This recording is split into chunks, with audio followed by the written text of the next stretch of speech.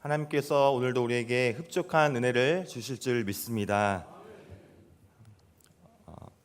성경 66권의 책 중에서 가장 쉽고 재미있게 읽을 수 있는 책 중에 하나가 바로 오늘 본문의 요나서로 꼽을 수 있지 않을까라고 저는 생각합니다.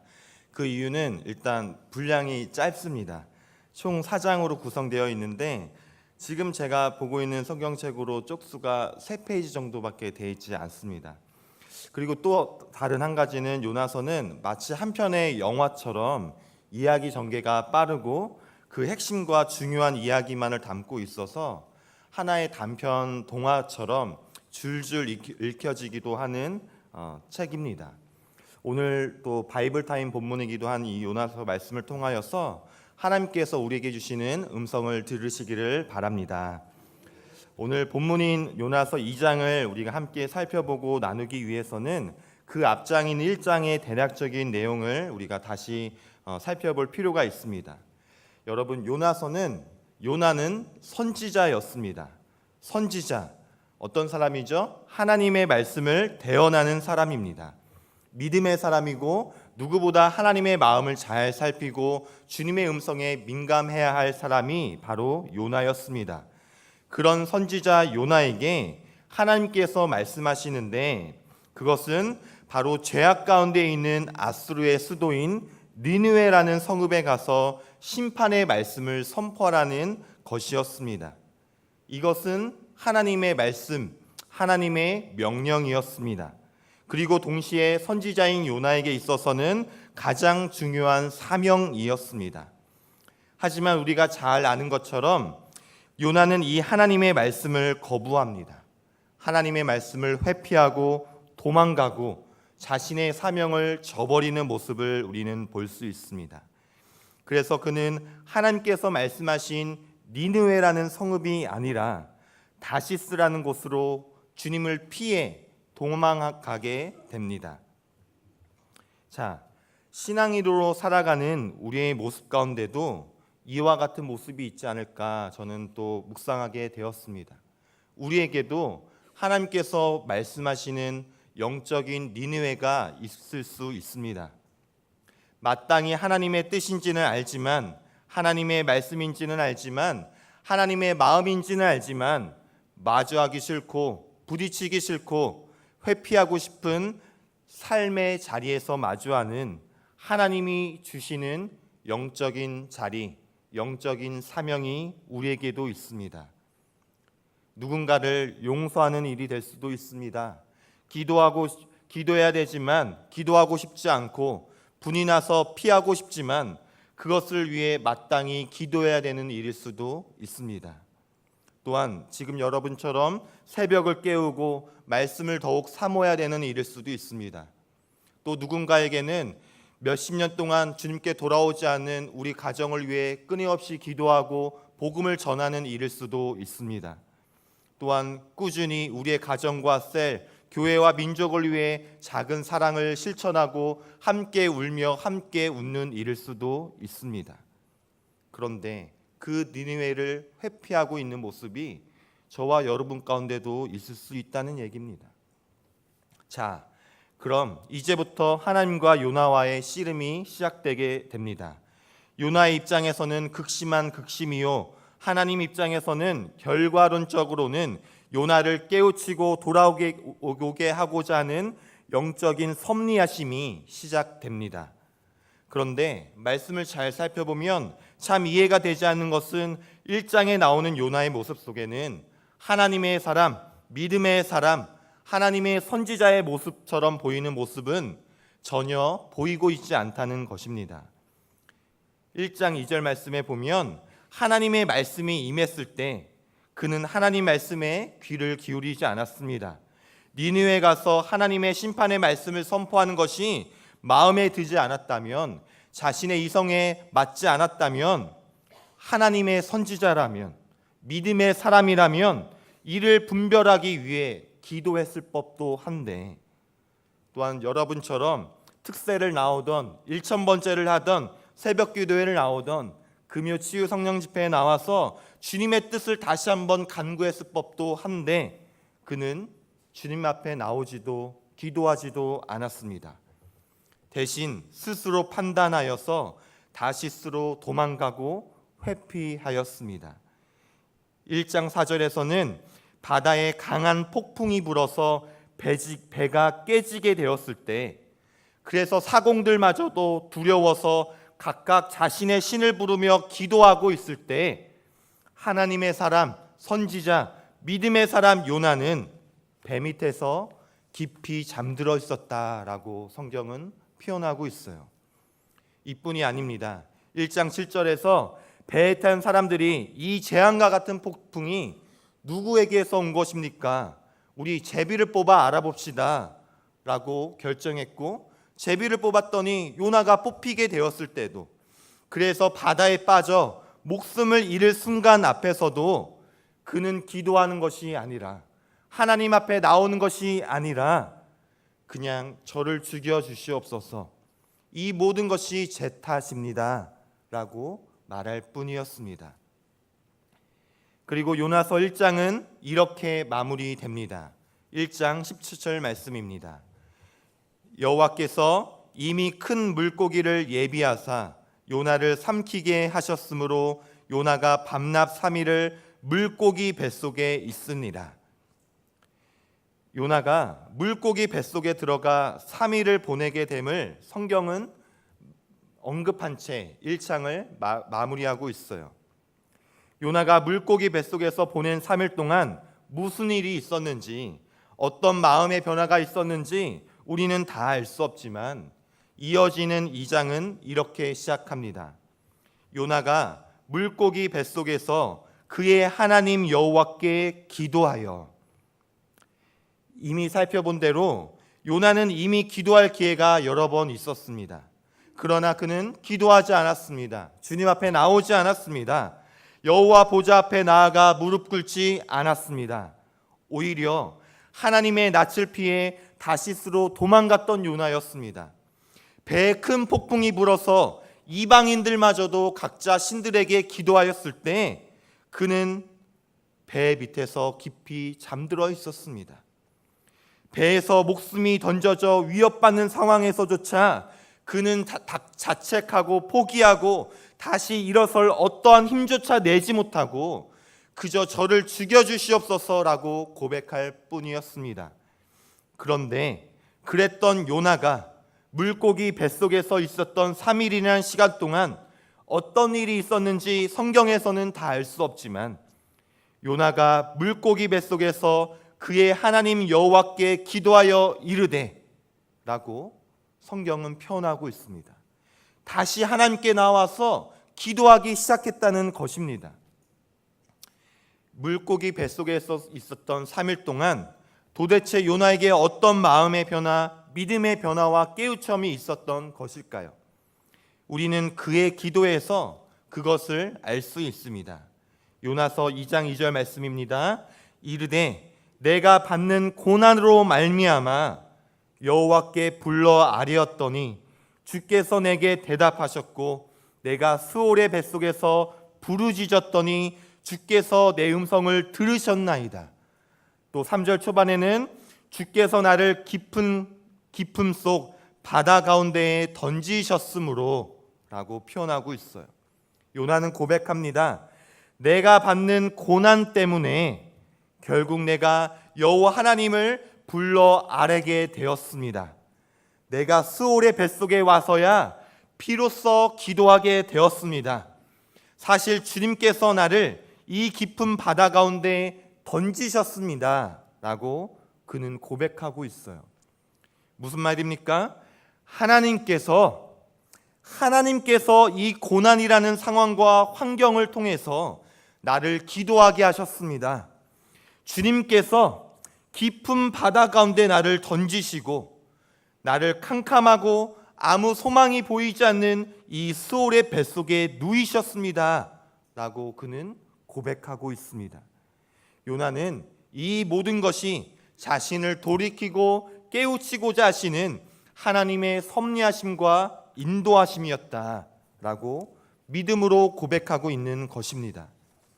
그렇습니다. 사실 1장의 말씀을 잘 살펴보면 하나님의 말씀에 불순종한 이유로 그에게 다가온 모든 시련과 고난과 절망은 하나님이 행하셨다라고 성경은 표현하고 있습니다.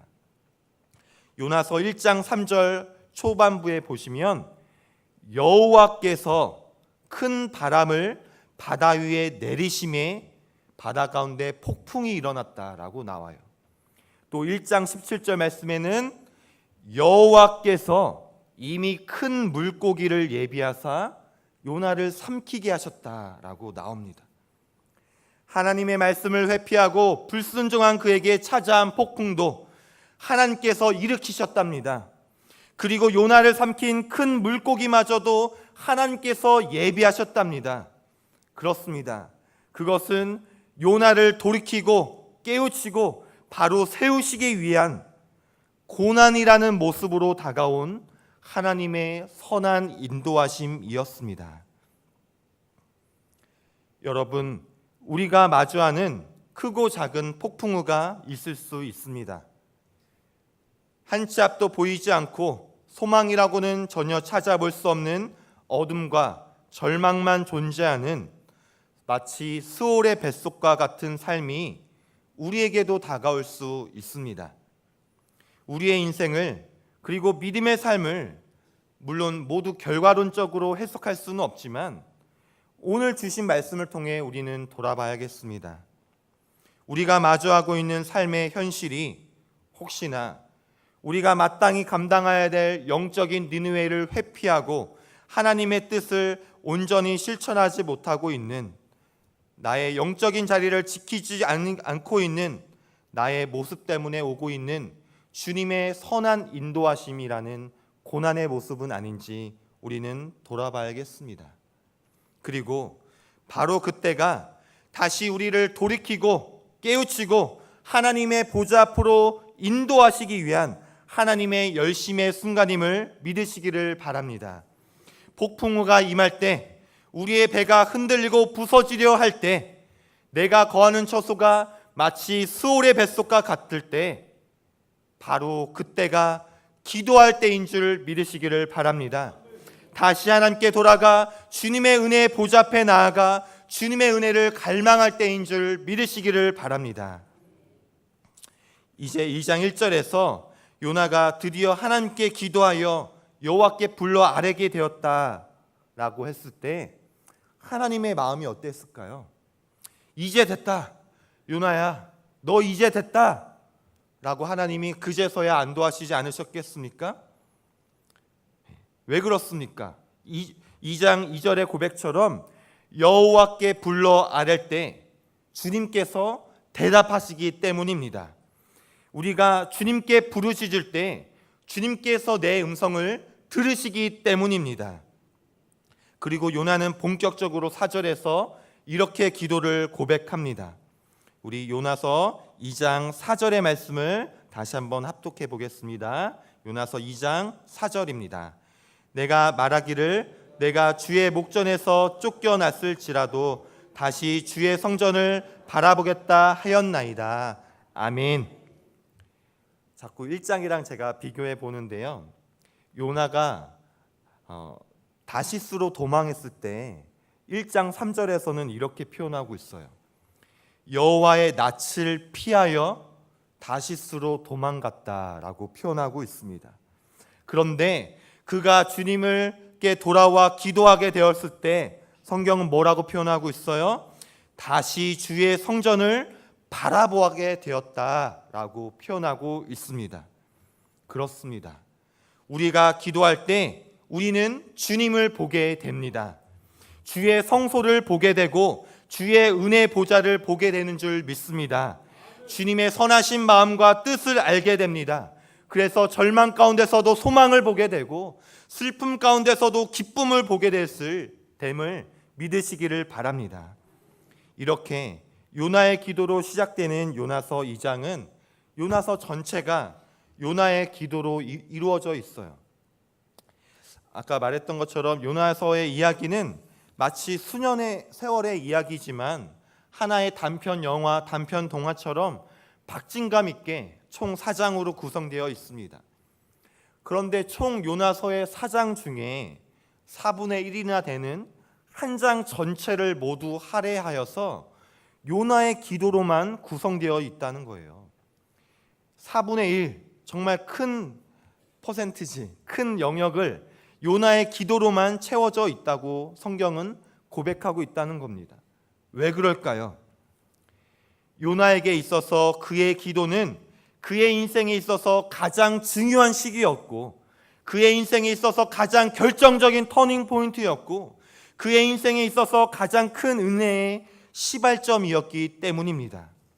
여러분, 지금 드리는 여러분의 기도가, 여러분의 골방에서 새벽에서 울부짖는 이 새벽 제단이 우리 인생에 있어서 가장 중요한 순간이며 가장 결정적인 순간이며 하나님의 은혜와 하늘 보좌를 움직이는 가장 큰 은혜의 시발점임을 믿으시기를 바랍니다.